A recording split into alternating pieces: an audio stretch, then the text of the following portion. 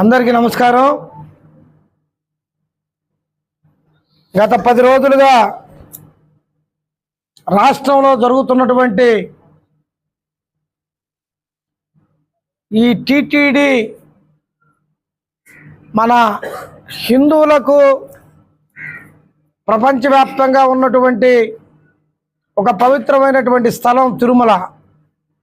ఆ తిరుమలలో జరిగినటువంటి అపచార నిమిత్తం 10 రోజులు పైచీలకు ఈ రాష్ట్రంలో జరుగుతున్న అన్ని విషయాల్ని మీడియా మిత్రులైతేనేమి, ప్రజలైతేనేమి, అన్ని రాజకీయ పార్టీలు, అన్ని సంఘాలు కూడా గమనిస్తూ ఉన్నాయి.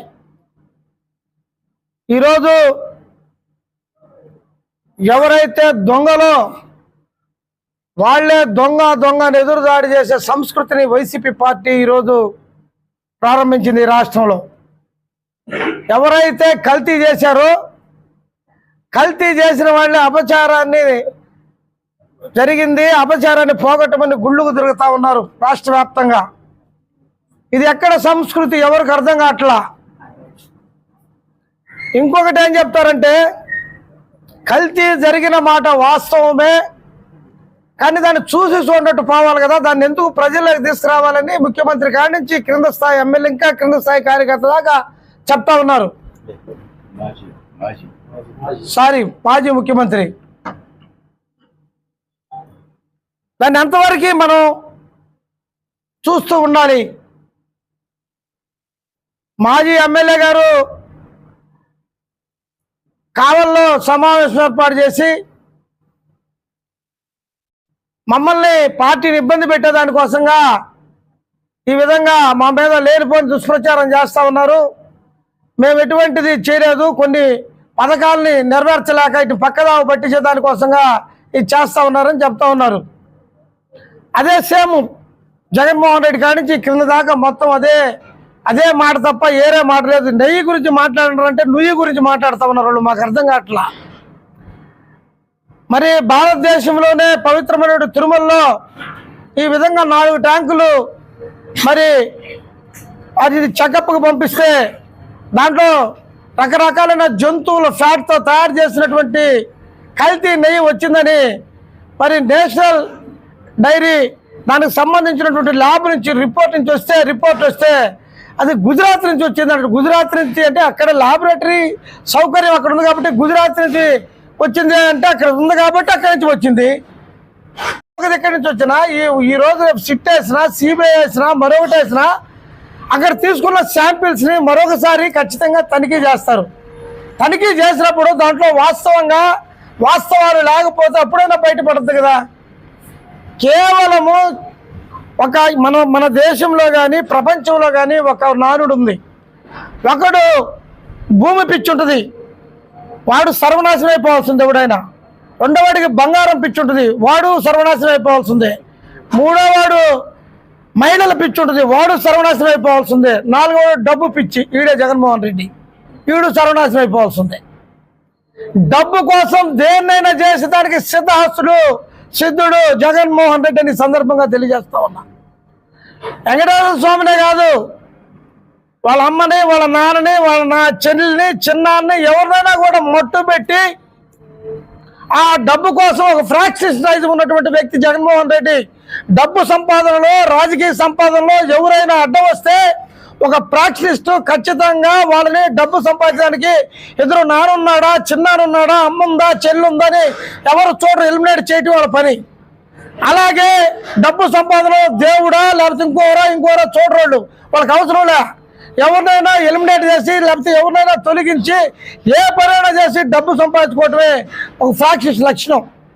ఈ జగన్మోహన్ రెడ్డి అనే వ్యక్తి మరి రాజారెడ్డికి కంటే డబల్, లేకపోతే ఆయన వెంకటరెడ్డి అంటే ఆయన అప్పుడు మతం మార్చుకున్నాడంటే ఆయనకంటే డబుల్ క్యాండిడేట్ ఇతను డబ్బు కావాలి, డబ్బు కోసం ఏమైనా చేయాలి. వీళ్ళు మాట్లాడుతున్నదంతా ఇప్పుడు మేము తప్పు చేసాము, చేయలేదని ఎవరు మాట్లాడటల్లా.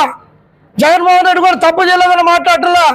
ఒక పుణ్యక్షేత్రంలో ఏదో తెలుసో తెలియకో ఒక తప్పు జరిగినప్పుడు చంద్రబాబు నాయుడు గారు, ముఖ్యమంత్రి గారు దాన్ని ఎందుకు బయట పెట్టాలి?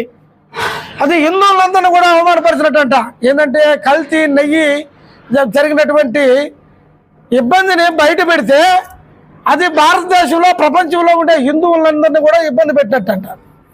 ఒక రాష్ట్రానికి ముఖ్యమంత్రి అయినటువంటి నారా చంద్రబాబు నాయుడు గారు తప్పుని కప్పిపుచ్చాలట. వాళ్ళు చేసిన తప్పుల్ని కప్పిపుచ్చాలని చెప్తా ఉన్నారు వాళ్ళు ఈరోజు. ఎందుకంటే బయట పెడితే హిందువుల యొక్క మనోభావాలు దెబ్బతింటాయంట. ఇది ఎక్కడ ఎదురుదాడో నాకైతే అర్థం కావట్లా.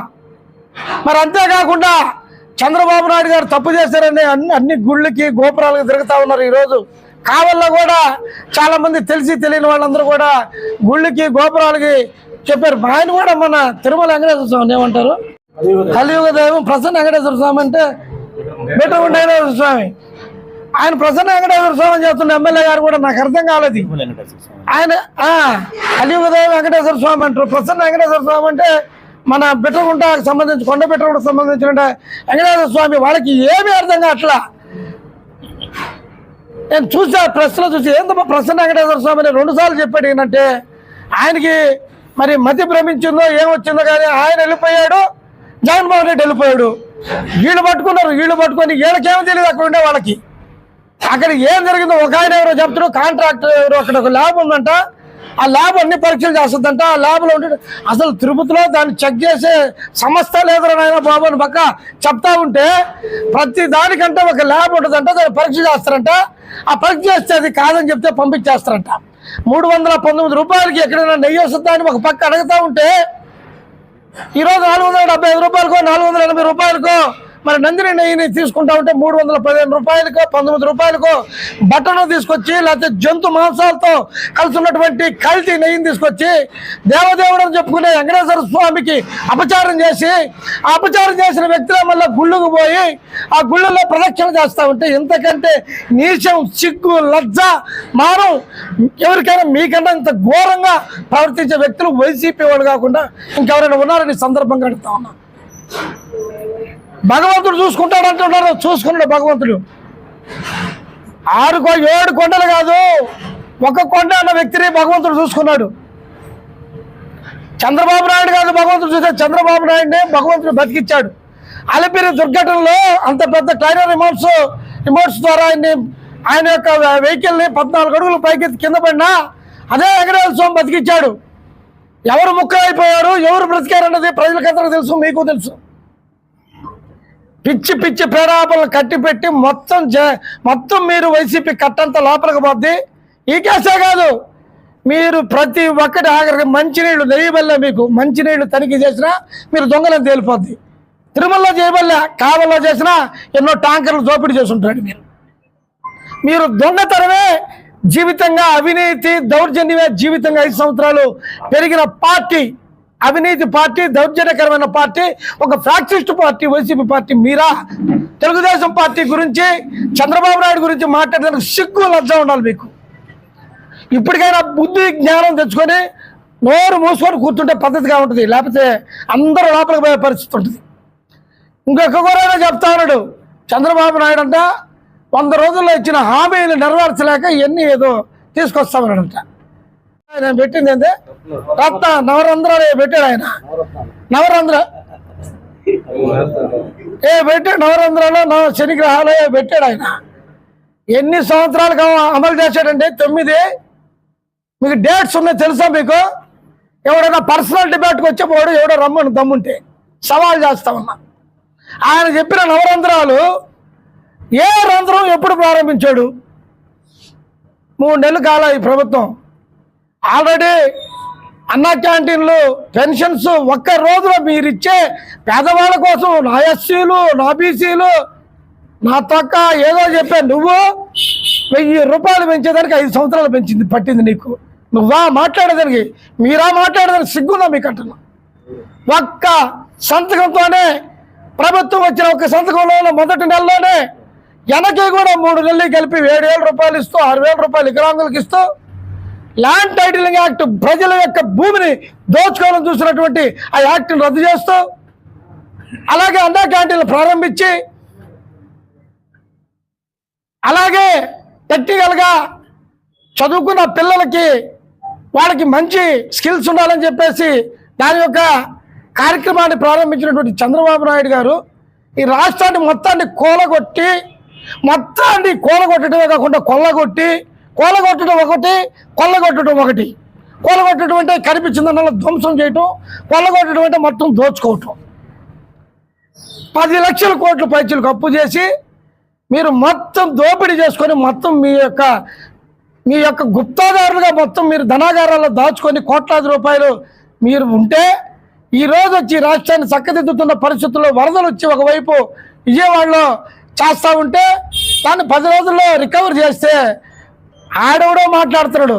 ఆయన ఎవరో చెప్పాడంట విజయవాడకి. ఎవరు చెప్పింది? మాజీ ఎమ్మెల్యే చెప్పాడు. ఇది విజయవాడలో రాజధాని వద్దు, రాజధాని పెడితే వరదలు వస్తాయి మునిగిపోతుందని చెప్పాడంట. అసలు విజయవాడలో రాజధాని ఉండేది? వీరికేమైనా తెలివి ఉందా, మెంటల్ వచ్చిందా? నాకు అర్థం కావట్లా. రాజధాని ఉండేది Amaravati, seed capital, CRDA, Guntur. ఆ ప్రాంతంలో గుంటూరు జిల్లాలో దానికి సంబంధించిన ప్రాంతం ఎక్కడుంది రాజధాని? మొన్న అంత పెద్ద వర్షం వస్తే కనీసం ఒక జాన్ నీళ్ళు నిలబడి అక్కడ. అమరావతికి సంబంధించినటువంటి ప్రాంతం సిఆర్డీఏ క్యాపిటల్ ఎక్కడుందో కూడా మన మాజీ ఎమ్మెల్యే గారికి తెలియటల్లా. ఆయన విజయవాడలో వరదల్ని రాజధానిలో వరదలు వచ్చినాయని చెప్తున్నాడు. రాజధానిలో ఎక్కడ వరదలు రాలేదని మీడియా మిత్రులందరూ కూడా తెలుసు. వాళ్ళకందరికీ మెంటల్ వచ్చింది. ఏంది ఇన్ని సీట్లు ఎందుకు ఓడిపోయాం, ఇట్లెందుకు ఓడిపోయాం, మనం అప్పుడే ఎదురుదాడి చేయాలా? రాజధాని ఎక్కడ, విజయవాడ ఎక్కడ? వచ్చినటువంటి వర్షాలకు సంబంధం ఏంది? ఎక్కడన్నా మునిగిందా? బుద్ధి లేని మాటలు, బుద్ధి లేని శాస్త్రాలు మాట్లాడుతుంటారు. కానీ నువ్వు నెయ్యి గురించి చెప్పరా అంటే వరదలు అంటావు, అయ్యి అంటావు. ప్రజలకి చేయాల్సినటువంటి సంక్షేమం, అభివృద్ధి తెలుగుదేశం పార్టీ కూటమి, బీజేపీ, జనసేన, తెలుగుదేశం పార్టీ కూటమి ప్రజలకి సంక్షేమ అభివృద్ధి చేస్తుంది. ప్రజలు స్వేచ్ఛగా ఈరోజు బతుకుతూ ఉన్నారు.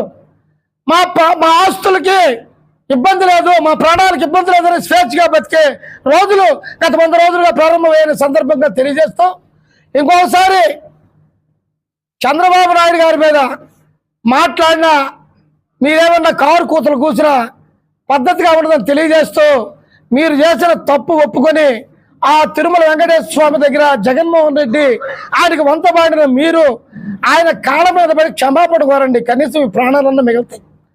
కానీ లేని పక్షంలో మీరు చేసిన అపచారానికి భగవంతుడు ఆయన ఏం చేస్తాడు? మీరు చెప్తున్నారు కదా, భగవంతుడు ఏదో చేస్తాడు చంద్రబాబు నాయుడిని, అందుకు మేము వచ్చి తిరుగుతున్నాం గుళ్ళని. అవి మీరు చూసుకోండి. మీరు వెళ్ళకపోయిన తర్వాత మీ భార్యలు చెప్పులతో కొడతారు. వాడు చేసింది తప్పు అయితే వాడు కొవ్వు తీసుకొచ్చి నెయ్యిగా తయారు చేస్తే, బటర్ తీసుకొచ్చి నెయ్యిగా తయారు చేస్తే మీకేడ బుద్ధి లేదురా, మీరు పోయి దేవాలయాలు తిరుగుతున్నారని చెప్పి మీ భార్యలు, మీ పిల్లలు ఆ ముసురు మరగదగలదని మిమ్మల్ని చెప్పుతో కొడతారు. దాన్ని దృష్టిలో పెట్టుకొని లోకల్గా ఉండేవాళ్ళు కానీ పెద్దలు కానీ అందరూ కూడా ఆలోచింపజేయాలని, ప్రజలు కూడా దీన్ని తిప్పికొట్టాలని, అలాగే మేధావులు, మీడియా మిత్రులు కూడా దీని మీద బాబు గారు చెప్పారు. దీని మీద పెద్ద ఒక ఐక్య సంఘటన మేధావులతోటి, ఇంటలెక్చువల్స్ తోటి, స్వామీజీలతోటి ఏర్పాటు చేస్తామని ముఖ్యమంత్రి గారు అన్ని సంఘాలతో చెప్పారు. ఇది ఖచ్చితంగా బట్టబయలు అవుద్ది.